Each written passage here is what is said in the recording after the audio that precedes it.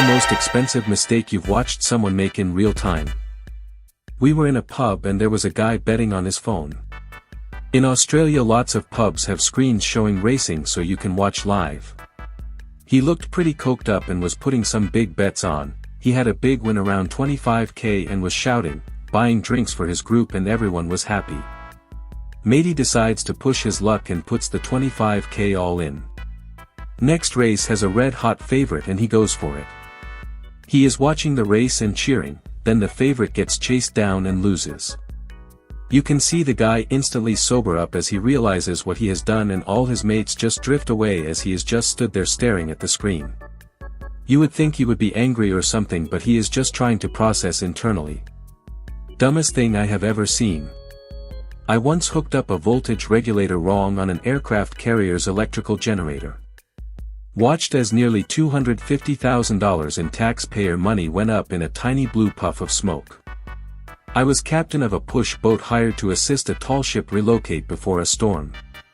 Met with the captain of the tall ship first to coordinate a plan. Told him we had 2 hours to get across the harbor before the wind got too strong. It took them 2 hours to disassemble their gangway. The dock master released all but one line from the end of the dock to the stern rear of the tall ship. The tall ship's captain radioed me to push his stern off the dock. I told him I couldn't, because it was still tied to the dock. He left the helm and untied it himself, dropping it in the water, directly behind his vessel, while in reverse gear. I yelled at him, but it was too late.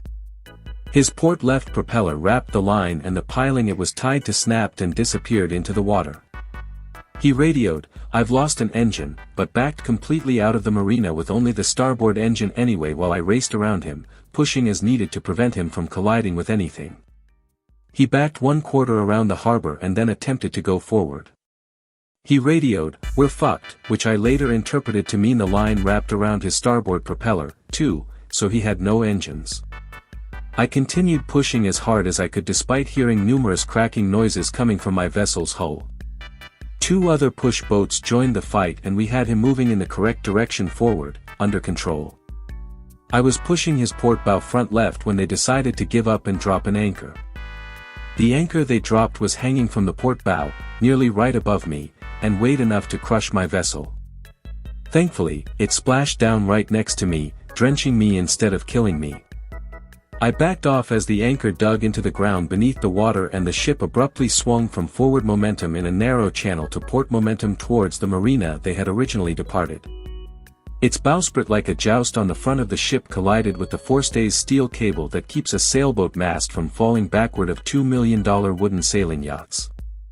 I was already back to pushing and was able to separate them, averting any visible damage, but their insurance would ultimately pay to replace all of the stays on those 2 sailing yachts anyway. The ship began to drift back downwind where they had dropped their anchor and was headed for another marina. We tried pushing with all our might, but the wind was too strong.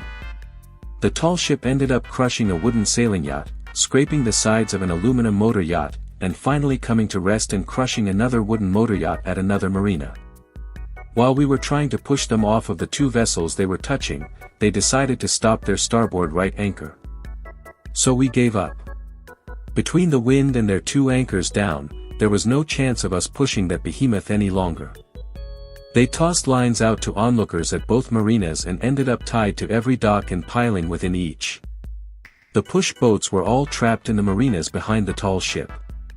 The harbor master arrived with his blue lights flashing, also trapped in the marina where he came from. The Coast Guard showed up on the outside and instructed the captain and crew of the tall ship to stay on board and await drug testing in the morning.